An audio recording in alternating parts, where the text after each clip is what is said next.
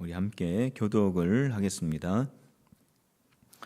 아이 사무엘이 엘리 앞에서 여호와를 섬길 때에는 여호와의 말씀이 희귀하여 이상이 흔히 보이지 않았더라.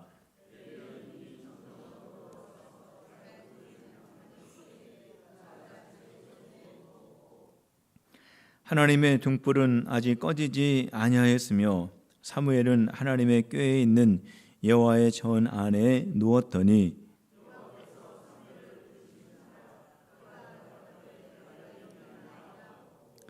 엘리에게로 달려가서 이르되 당신이 나를 부르셨기로 내가 여기 있나이다 하니 그가 이르되 나는 부르지 아니하였으니 다시 누우라 하는지라.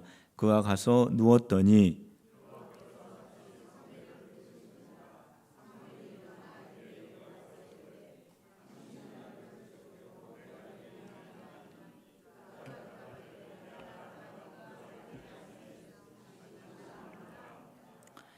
사무엘이 아직 여호와를 알지 못하고 여호와의 말씀도 아직 그에게 나타나지 아니한 때라.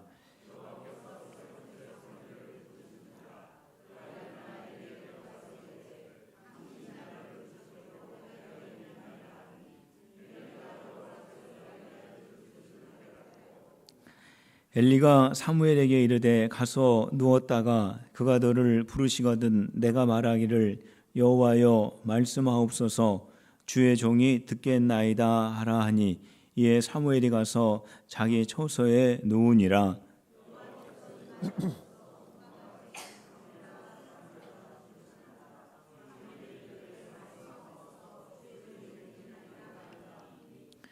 여호와께서 사무엘에게 이르시되 보라 내가 이스라엘 중에 한 일을 행하리니 그것을 듣는 자마다 두 귀가 울리리라.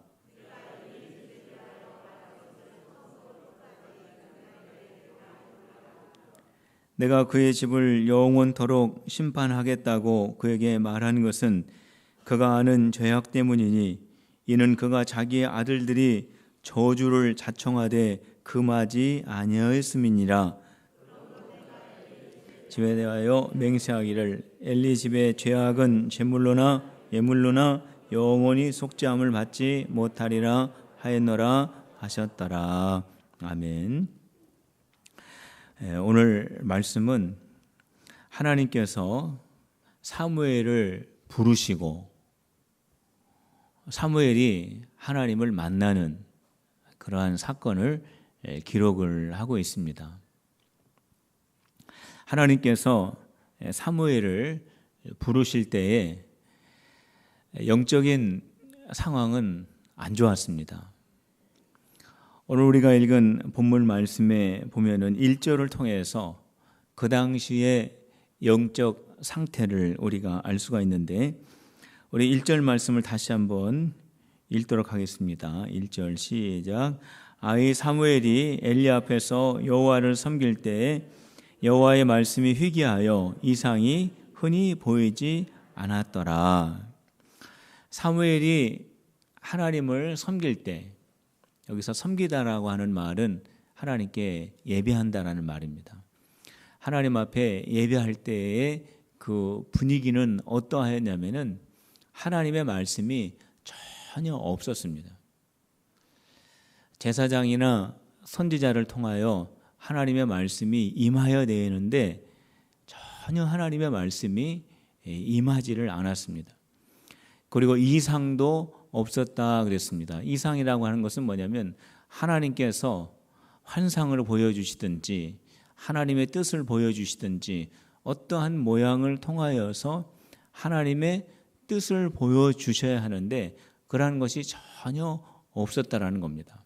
이것이 바로 사무엘이 하나님을 섬길 때 하나님을 예배할 때에 있었던 영적인 그러한 상황이었습니다.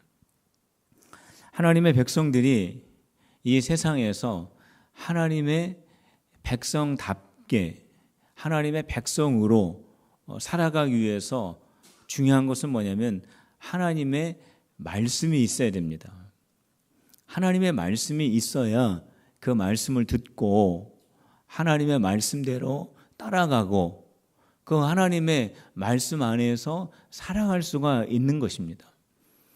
그런데 하나님의 말씀 없이 살아가는 것은 마치 내비게이션이 없이 운전을 하는 것과 같습니다. 옛날에는 내비게이션이 없이 운전을 했지만은 요즘은 내비게이션이 없으면은 운전하기가 참 어렵죠. 내비게이션을 너무나 많이 의지하기 때문에 정말 요즘은 내비게이션 없이 운전하는 것은 불안할 때가 참 많이 있습니다. 이 내비게이션이 없이 운전을 하다가 보면은요, 길을 잘못 들어갈 수도 있고요, 잘못된 길로 들어가서 방황을 할 수도 있고요, 목적지에 제대로 도달하지 못할 수도 있습니다. 제가 미국에 처음에 갔었을 때에 있었던 일입니다. 이제 처음 미국에 갔기 때문에 아는 목사님이 교회를 소개를 시켜주었습니다. 그래서 그 교회에 가서 예배를 드리라고 소개를 시켜주었습니다. 그런데 그 교회까지 가려면은 1시간 반을 운전을 하고 가야 됩니다. 제가 이제 처음 미국에 도착해서 이제 처음으로 운전면허를 이제 따가지고, 운전면허도 5번째인가 해가지고 땄습니다. 한국에서 운전을 했었었는데 그게 한국 운전식으로 하면 그게 난폭 운전인가 봐요. 그래가지고 제가 운전을 하고 있었는데도 불구하고 5번 만에 붙은 사람입니다. 그 운전이 참 안전하긴 한데 굉장히 까다롭더라고요. 그래서 이제 처음으로 이제 운전해가지고 이제 그 교회를 찾아가는 겁니다. 그런데 그 목사님이 지도를 그려줬는데 굉장히 간단하게 그려졌어요. 그런데 미국 지도는 정말 간단해요. 모든 길이 거의 바둑판처럼 돼 있어가지고 쭉 가가지고 오른쪽으로 가고 왼쪽으로 갔다가 오른쪽으로 가면 된다. 이게 약도예요. 그러니까 얼마나 간단한지 몰라요. 우리는 뭐 어디서 오른쪽으로 돌아가지고 어떤 길을 보면은 또 왼쪽으로 돌아서 뭐 이런 게 있는데 미국 지도는 간단합니다. 쭉 가가지고 어느 길에서 내려서 거기서 우회전, 좌회전 하면 된다. 이렇게 하면은 그 목적지가 나오거든요. 그래가지고 그 고속도로를 그때 내비게이션이 없었을 때니까 탔습니다. 그래가지고 그 고속도로를 쭉 타고 가다가 어떤 길이 나오면은 내려야 됩니다. 근데 그 길이 안 나오는 거예요. 얼마만큼 가면은 그 길이 나와야 되는데 그 길이 안 나옵니다. 나중에 알고 보니까 북쪽으로 가는 고속도로를 타야 되는데 남쪽으로 가는 고속도로를 탄 거예요. 어디가 북쪽인지 어디가 남쪽인지 잘 모르니까, 그러니까 남쪽으로 계속 가니까 내려야 될 길이 안 나오는 거예요. 그래가지고 이거 내가 내려야 될 길을 지나쳤나? 그래가지고 다시 내려가지고 또 북쪽으로 올라갔습니다. 근데 북쪽으로 한참 올라가는데 남쪽으로 너무 많이 내려와가지고 한참 올라가도 그 길이 안 나오는 거예요. 그럼 아까 그 길이 맞나? 그래가지고 또 남쪽으로 또 막 내려갑니다. 그러니까 잘못된 방향의 구간 안에서 왔다 갔다만 하는 거예요. 그러면서 제 아내한테 그랬습니다. 제가 뭐라고 그랬냐면은 약도를 그려주려면은 똑바로 그려줘야지 이렇게 잘못 그려주면 어떡하냐 그랬어요. 제가 방향을 잘못하고 있는데도 잘못 가는지도 모르고 그렇게 남 탓만 한 거죠. 그래가지고 어떻게 해가지고 방향을 잡고 해가지고 거기에 1시간 반 만에 도착해야 될 그 길을 3시간 만에 도착을 하게 됩니다. 가봤더니 예배는 거의 축도하기 직전에 제가 도착을 한 경우가 있습니다. 내비게이션이 없으면은 그렇게 고생을 하는데 하나님의 말씀이 없으면은요 마찬가지예요. 하나님의 백성들이 방황하고 헤매이고 목적지에 도달을 하지 못할 수가 있다라고 하는 것입니다. 저와 여러분들에게 있어서의 영적인 내비게이션이 있습니다. 그것이 무엇일까요? 우리가 이 세상을 살아갈 때 하나님의 백성으로 하나님의 백성답게 살아갈 수 있도록 우리를 인도해 주시는 영적 내비게이션이 무엇일까요? 예수님입니다. 우리 예수님께서 직접 말씀하셨어요. 내가 곧 길이요 진리요 생명이니 나로 말미암지 않고는 아버지께로 올 자가 없다라고 말씀을 하셨습니다. 그렇기 때문에 저와 여러분들이 하나님의 백성답게 이 세상에서 살아가기 위해서 가장 중요한 건 뭐냐면 예수님을 바라봐야 되는 겁니다. 예수님 바라보는 성도 여러분들이 되시기를 주님의 이름으로 축복합니다. 예수님 바라보고 우리가 나가야 됩니다. 그런데 그 예수님은 우리가 어떻게 바라볼 수 있냐면 말씀 속에서 바라볼 수가 있습니다. 우리가 하나님의 말씀을 읽고 하나님의 말씀을 깊이 생각하고 그 하나님의 말씀 속에서 예수님을 만날 때에 우리가 이 세상에서 살아갈 때 방황하지 않고 시간 낭비하지 않고 길 잃어버리지 않고 우리 하나님께서 우리에게 허락하신 그 길을 걸어갈 수가 있는 것입니다. 우리 한번 따라해 봅시다. 예수만 바라보자. 예수만 바라보자. 그렇습니다. 우리 예수님만 바라보고 주님의 길로 걸어가는 우리 성도들이 되시기를 주님의 이름으로 축원합니다. 하나님의 말씀이 없었다고 했습니다. 환상도 없었다고 했습니다. 영적으로 아주 어두운 상태에 있었는데도 불구하고 사무엘만큼은 하나님을 만났습니다.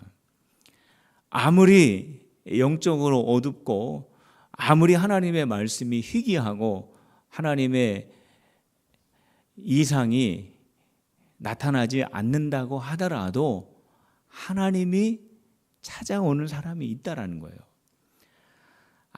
아무도 하나님을 만날 수 없고 하나님의 말씀을 듣지도 못하고 하나님을 경험하지 못하는 그때에 어린 이 사무엘만큼은 하나님을 만나게 됩니다. 어떻게 해서 이 사무엘이 하나님을 만나게 되었을까요? 오늘 1절에 기록되어 있는 대로 사무엘은 그 영적인 어두운 환경 속에서 한 일이 딱 한 가지 있습니다. 그것은 뭐냐면 하나님을 섬기는 일을 한 거예요. 하나님을 섬긴다라고 하는 건 뭐냐면 예배한다라는 겁니다. 하나님께 제사한다라는 거예요. 어린 사무엘이었지만은 하나님 앞에 제사하고 우리로 말한다면 하나님 앞에 예배하는 일을 끝까지 지켰던 사람이 누구냐면 어린 사무엘이었다라는 겁니다. 사무엘이 있었을 때 다 어두웠습니다. 하나님의 말씀이 없었습니다. 하나님의 이상도 나타나지 않았습니다. 그런데 사무엘이 하나님께 예배하고 하나님께 제사했기 때문에 거기에서 하나님께서 사무엘을 찾아오게 된 겁니다. 성도 여러분, 지금은 죄악이 너무나 관영한 시대에 우리가 살아가고 있습니다. 하나님의 뜻이 어디에 있는가 우리가 알기가 참 분간하기 어려운 때에 우리가 살아가고 있습니다. 그때 우리가 가장 중요하게 집중해야 될 것이 뭐냐면 예배에 집중해야 되는 겁니다. 한번 따라해 보시길 바랍니다. 예배에 집중하자. 예배의 승리자가 되자. 오늘 여기 오신 여러분들은 다 예배의 승리자가 되신 거예요. 오늘 옆에 있는 분들에게 한번 그렇게 얘기해 주시길 바랍니다. 당신은 승리한 사람입니다. 그렇게 얘기해 주시길 바랍니다. 여러분들은 승리하신 분이에요. 예배에 승리하신 분이에요. 이 무더위에 얼마나 낮에 지치셨습니까? 정말 직장 끝나고 집에 들어오셔가지고 참 밥이 넘어가기도 어려울 정도이시죠.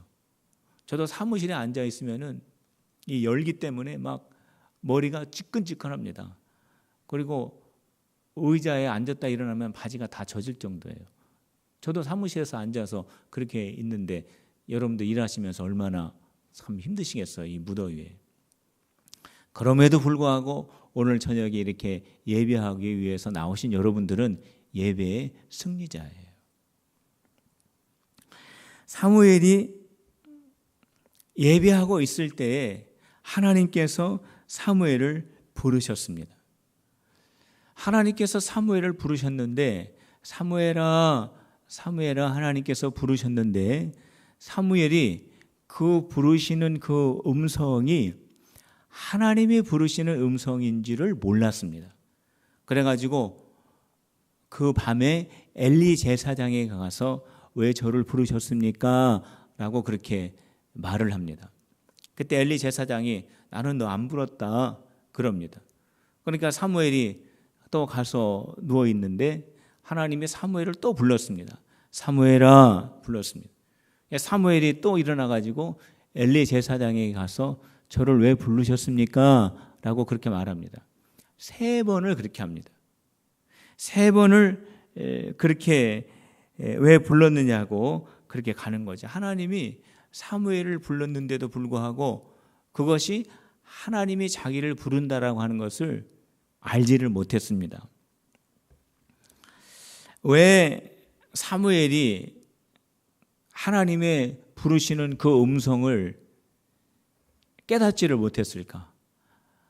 사무엘을 부르신 하나님의 음성인지를 왜 사무엘이 몰랐을까? 그 이유가 7절에 기록이 되어 있습니다. 왜 사무엘이 하나님의 음성을 깨닫지를 못했을까? 우리 7절 말씀을 같이 읽어봅시다. 7절 시작. 사무엘이 아직 여호와를 알지 못하고 여호와의 말씀도 아직 그에게 나타나지 아니한 때라. 사무엘에게 하나님이 나타나셔서 사무엘이 하나님을 경험한 경험이 전혀 없었고 하나님의 말씀이 사무엘에게 찾아온 일도 없었던 겁니다. 하나님에 대한 경험이 없었기 때문에 지금 하나님이 사무엘을 부르시는데도 불구하고 사무엘이 그 음성이 하나님의 음성인지를 알지를 못했다라는 겁니다. 사무엘이 어떤 사람입니까? 이스라엘 백성들에게 하나님의 말씀을 전달해 준 영적인 거장입니다. 이스라엘 백성들이 암흑기에 있을 때에 하나님의 진리의 길로 이스라엘 온 백성들을 이끌고 간 선지자가 바로 사무엘입니다. 영적 거장이에요. 그런데 이러한 영적 거장이라고 할지라도 영적으로 아주 미숙한 때가 있었다라는 겁니다. 우리가 생각해 보면은 성경에 영적 거장들이 많이 나옵니다. 믿음의 거장들이 많이 나옵니다. 그런데 그 믿음의 거장들이 처음부터 영적 완벽한 거장이었다라는 것은 아닙니다. 처음에는 다 미숙했어요. 사무엘이 이스라엘에 참 신뢰받는 존경받는 선지자였음에도 불구하고 그에게도 역시 영적으로 아주 미숙한 때가 있었다라는 겁니다. 하나님의 음성을 들어도 그것이 하나님의 음성인지 분간하지 못하는 아주 연약하였던 영적인 소년 시절이 있었다라는 거예요. 사무엘이 처음부터 그렇게 영적으로 완벽하고 성숙하고 영적인 거장의 역할을 한 사람이 아니었다라는 것입니다. 그런데 어떻게 되었습니까? 사무엘이 미숙한 영적인 연약한 소년과도 같은 사람이었지만 그가 나중에는 영적인 이스라엘의 모든 것들을 감당하는 영적인 거장으로 변화가 되었다라는 거예요. 중요한 것은 뭐냐면 미숙한 영적인 상태에 있었다가 성숙한 영적인 상태로 변화가 되었는데 이 미숙한 상태와 영적인 상태에 이 차이가 있는데 이 차이에는 과정이 있다라는 겁니다. 과정이. 그러니까 어느 날 갑자기 영적인 거장이 딱 나타난 것이 아닙니다. 처음에는 미숙한 영적인 사람이었는데 이 사람이 차츰차츰 성장하고 변화되어 성숙한 영적인 사람이 되었다라는 거예요. 이 성숙한 영적인 사람으로 되어져 가는 과정이 있는데 이 과정 속에 중요한 것이 뭐냐면 그것은 영적인 경건 훈련이 참 중요하다는 사실입니다. 이 영적인 경건 훈련 없이는 영적으로 성숙한 하나님의 백성이 되는 것은 불가능한 것입니다. 우리는 이것을 꼭 알아야 돼요. 우리가 예수님을 믿었다고 해서 믿는 그 순간에 나의 영성이 갑자기 확 성장하는 것이 아닙니다. 예수님을 믿었을 때는 영적으로 태어나는 것입니다. 어린아이와도 같은 영적인 수준에 머물러 있는 것입니다. 그러다가 그 영성이 점점 성장하게 되는 것입니다. 성숙하게 되는 것입니다. 변화되게 되는 것입니다.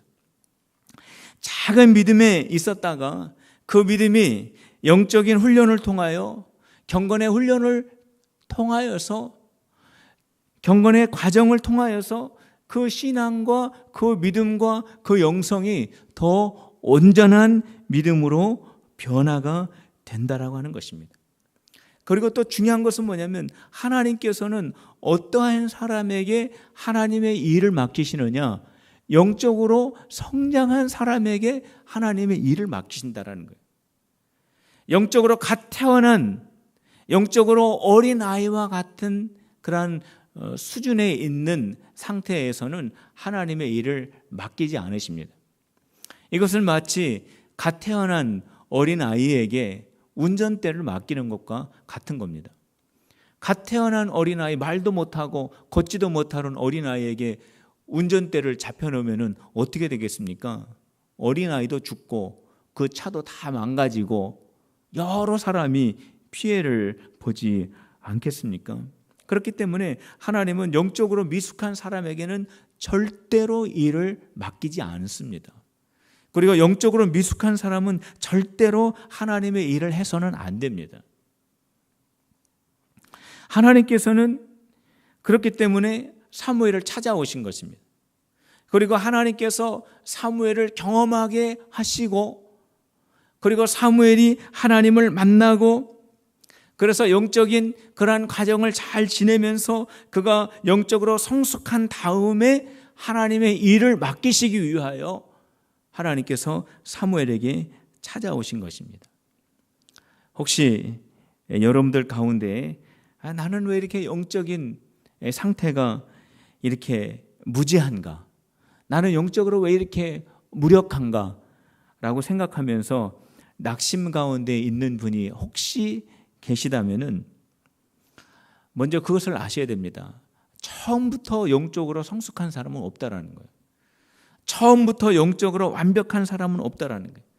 처음부터 영적인 능력을 소유한 사람은 없다라는 것을 먼저 하시고, 어떻게 하면 영적인 성숙한 하나님의 백성이 될 수 있는가? 그것은 경건 훈련을 통해서 될 수 있다라는 겁니다.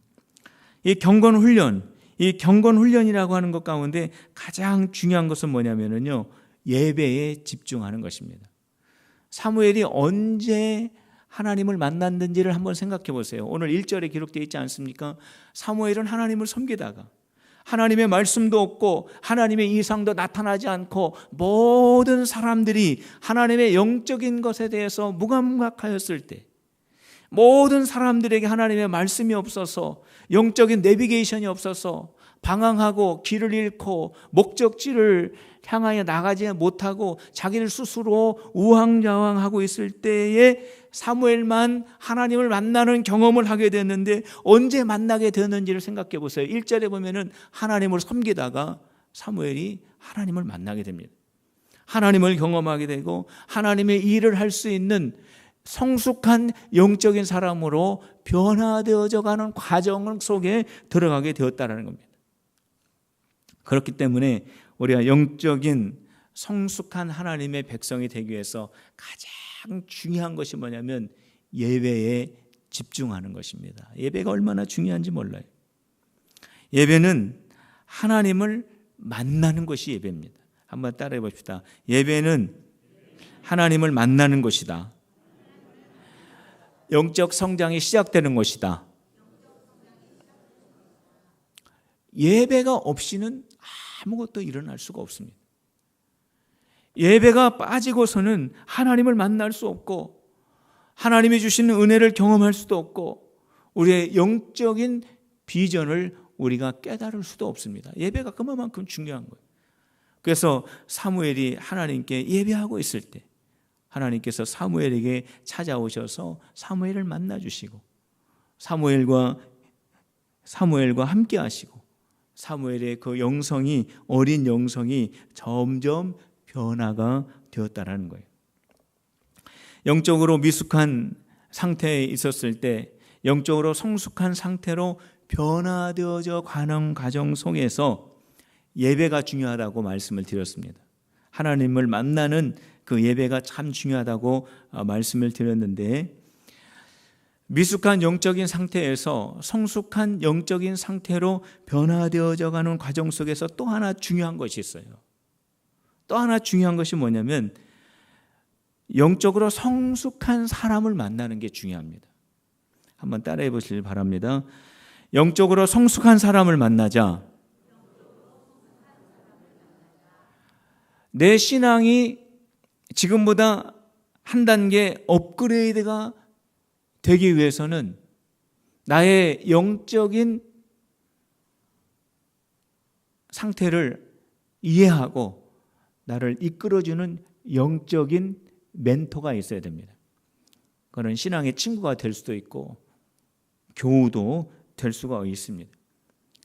그 사람은 예배를 중요하게 여기는 사람, 하나님의 말씀 듣기를 간절히 마음에 소원하는 사람, 마음속에 하나님을 사랑하는 열망이 있는 사람, 그 사람을 만나기를 애써야 됩니다. 그 사람들과 교제하기를 애써야 됩니다.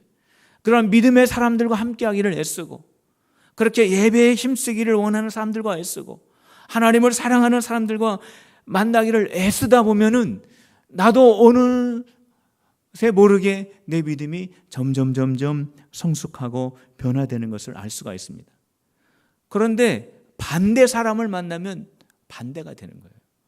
하나님을 멀리하게 되고 예배를 멀리하게 되고 기도 생활이 중단되고 하나님을 바라보는 그러한 시각이 멈춰져 버리는 그러한 일이 나도 모르는 사이에 그렇게 변화가 내 안에서 영적으로 일어나게 된다는 거예요. 그렇기 때문에 우리가 믿음 생활하고 우리가 하나님의 거룩한 믿음의 길을 걸어갈 때 영적인 멘토를 만나는 게 참 중요합니다. 우리 성도 여러분, 믿음 좋은 사람들 많이 곁에 두시기를 주님의 이름으로 축복합니다. 정말 하나님을 사랑하고 말씀을 사랑하고 하나님의 뜻대로 하기를 원하는 사람들과 교제하기를 애써야 됩니다. 하나님께서 사무엘을 불렀습니다. 그런데 사무엘은 영적으로 굉장히 미숙한 상태에 있었습니다.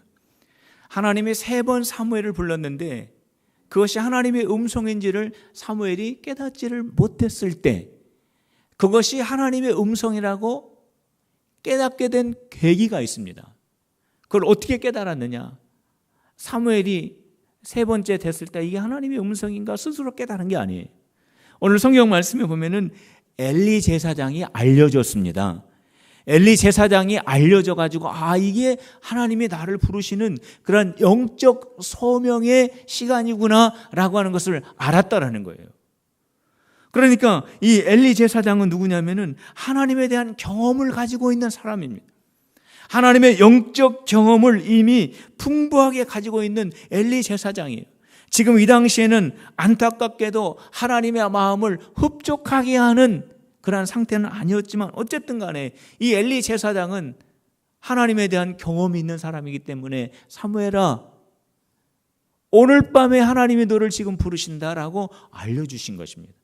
그래가지고 사무엘이 하나님이 나를 지금 부르시는구나, 그것을 알게 되었다는 거죠. 이만큼 영적 멘토가 얼마나 중요한지를 모릅니다. 저도 이제 여러 교회를 목회하면서 저에게 영적인 멘토의 역할을 했던 목사님이 한 분 계세요. 그 목사님이 서울에 있는 강석교회 장한 원로 목사님이신데, 저는 그 분이 현직에 계셨을 때 제가 부목사였는데 참 부러운 것이 참 많았어요. 근데 부러운 것 가운데 하나가 뭐냐면, 이 목사님은 성도들 머리 위에 손을 얹고 기도를 하면은 안 우는 성도가 없어요. 다 그렇게 울어요. 그래서 저도 그 목사님이 기도할 때 늘 이제 우리 교구 이제 성도님들과 함께 기도하기 때문에 그 옆에 서서 보면은 참 그 기도를 성도님을 위해서 기도를 해주는데 모든 성도들이 다 그렇게 울어요. 그러면서 제 마음속에 나도 우리 어떻게 기도하면은 우리 성도들의 마음이 그렇게 감동을 받아서 저렇게 눈물을 흘리나, 제가 그렇게 질문을 한 적이 있었는데 목회 40년 하면 그렇게 된다고 그러시네. 그러니까 제가 은퇴하면은 그렇게 되겠네. 그러면서 그렇게 안수기도를 하시면서 등을요 얼마나 세게 때리는지 몰라요. 등을 팍 때립니다. 그럼 성도들이 그럽니다. 아파요? 그랬더니 시원하다고 그래요. 우리 성도들이. 근데 그 장한 그 원로 목사님이 참 본받을 게 하나 있는데, 그건 뭐냐면 예배를 그렇게 안 빠지셔요. 예배를. 특별히 새벽 예배 안 빠지십니다. 지금도 한 번도 안 빠지시고 저를 위해서 새벽마다 기도하신다고 그렇게 말씀을 하셔요. 근데 어저께 우리 교회 오셨어요. 그 장한 원로 목사님이.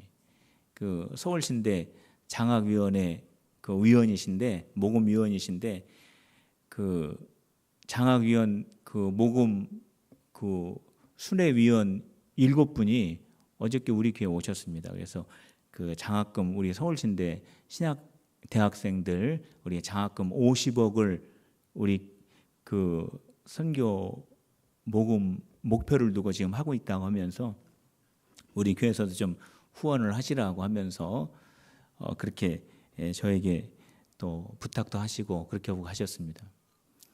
근데 그 장한 원로 목사님이 얼마나 예배를 사모하시는지 어제 가까운 모텔에서 그 목사님들하고 주무셨는데 그 새벽 예배에 또 오시려고 한 거예요. 가까운 그 모텔에서 주무시면서 우리 필그림 교회 가가지고 새벽 예배 드리자 해가지고 같이 주무셨던 목사님 2분을 이끌고 이제 새벽에 나오신 거예요.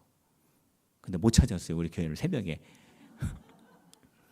그래가지고 막 찾다가 못 찾으시고 주황교회가 어디냐면 예그린 아파트 입구에 있는 교회가 주황교회입니다.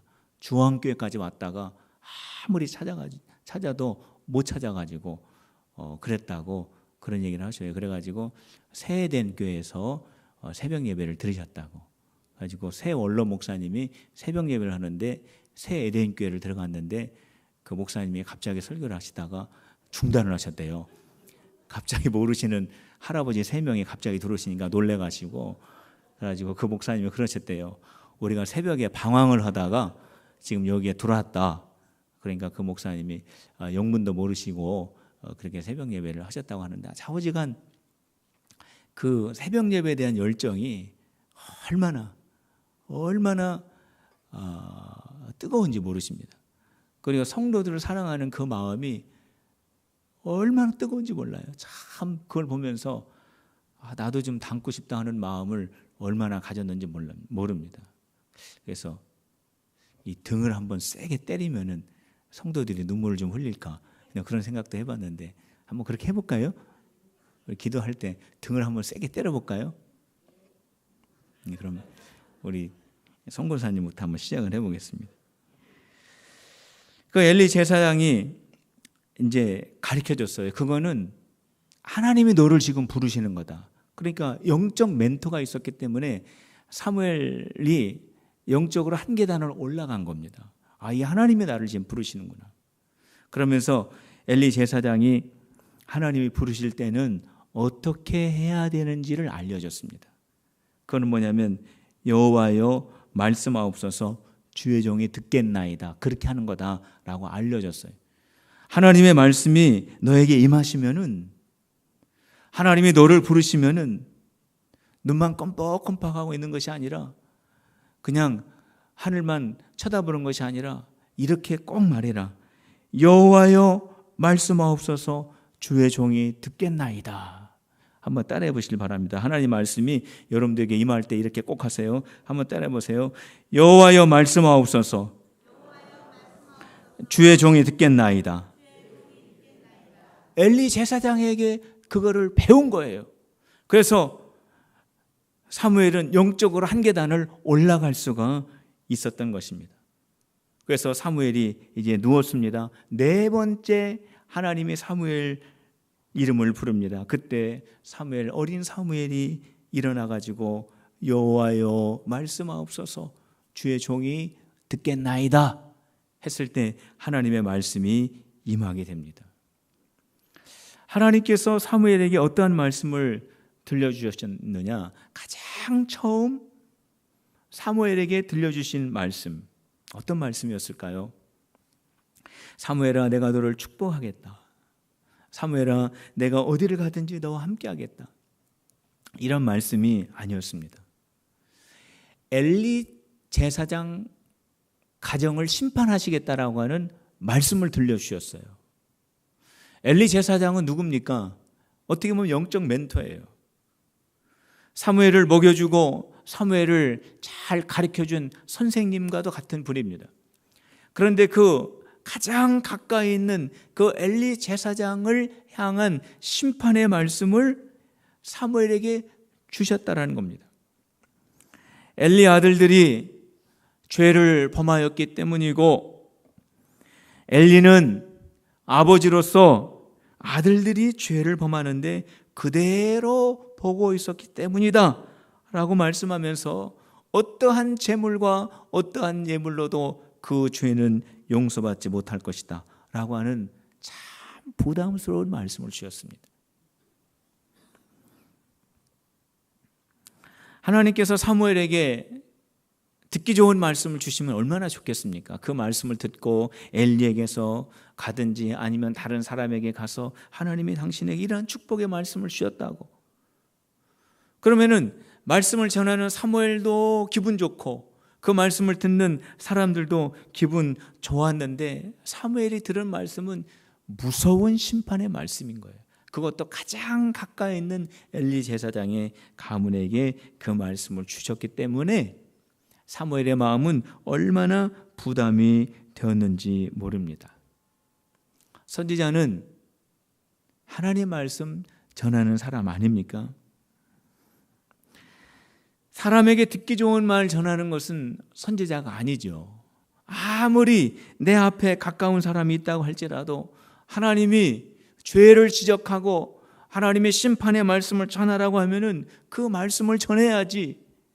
그 말씀을 바꿔가지고 각색해서 그 사람 듣기 좋게 말하는 것은 거짓 선지자죠.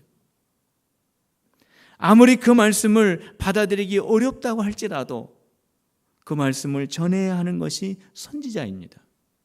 그 말씀을 전해야 그 사람이 살고, 그 말씀을 전해야 그 공동체가 살 수 있기 때문에 그렇습니다. 사무엘 선지자가, 엘리 제사장이 아침에 사무엘을 부릅니다. 야, 하나님이 어젯밤에 너에게 분명히 말씀을 하셨을 텐데, 하나님이 너를 부르시면은 하나님의 말씀이 임하는데 하나님이 너에게 뭐라고 말씀하시느냐 궁금해합니다. 궁금해할 수밖에 없죠. 엘리가 제사장으로 있었을 때 하나님의 말씀이 임한 적이 없습니다. 하나님의 이상을 본 적도 없습니다. 영적으로 아주 갈급했던 때였기 때문에 어린 사무엘에게 임한 그 하나님의 말씀을 좀 듣고 싶은 거예요. 하나님이 어젯밤에 너에게 뭐라고 하시든. 사무엘이 너무나 부담스럽습니다. 엘리 제사장을 향한 심판의 말씀을 들었기 때문에 그 말씀을 차마 전하기가 어려워요. 그때 엘리 제사장이 말해달라고 합니다. 그때 사무엘이 다 말해줬어요. 엘리 제사장의 심판에 대한 말씀을 하셨습니다. 그때 엘리 제사장이 아무 말 하지 않고 하나님의 말씀은 그대로 이루어질 것이다. 왜냐하면 하나님이 말씀하신 그 심판의 내용이 하나도 틀리지 않기 때문에 그렇습니다. 하나님이 지적한 그 엘리의 아들들의 죄도 맞고 그 죄를 금하지한 아버지로서의 그 엘리 제사장의 죄도 맞기 때문에 엘리 제사장이 아무 말을 하지 못합니다. 그 후로부터 사무엘이 계속 영적으로 성장을 하게 됩니다. 사무엘이 영적으로 성장하면서 나타났던 현상이 한 가지 있는데 그것은 뭐냐면 사무엘이 말을 하면은 그 말이 그대로 이루어지는 거예요. 사무엘이 말하는 것이 하나도 땅에 떨어지는 일이 없습니다. 다시 말하면 무가치하게 되는 말이 없습니다. 무의미한 말이 없습니다. 사무엘이 하는 말은 그대로 이루어지는 거예요.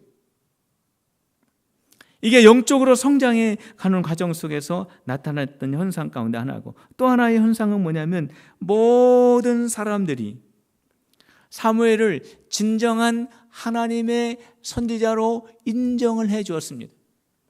엘리의 아들들도 아니고 엘리 제사장도 아니고 오직 사무엘만 하나님의 선지자였다라고 하는 것을 이스라엘 모든 백성들이 다 알게 됩니다. 이거는 사무엘이 사람들을 찾아다니면서 운동을 하거나 선거를 하거나 자기를 피하라는 것이 아닙니다. 이스라엘의 모든 사람들이 우러나서 자발적으로 사무엘을 하나님의 선지자로 인정해주고 세워주고 존경을 해 주었다라는 거예요. 어떻게 해서 이러한 일들이 이루어졌는가? 그 이유는 19절에 나와 있습니다. 그 19절에 보면은 하나님께서 사무엘과 함께 하셨기 때문에, 그리고 21절에도 나와 있습니다. 하나님의 말씀이 사무엘에게 임하셨기 때문에.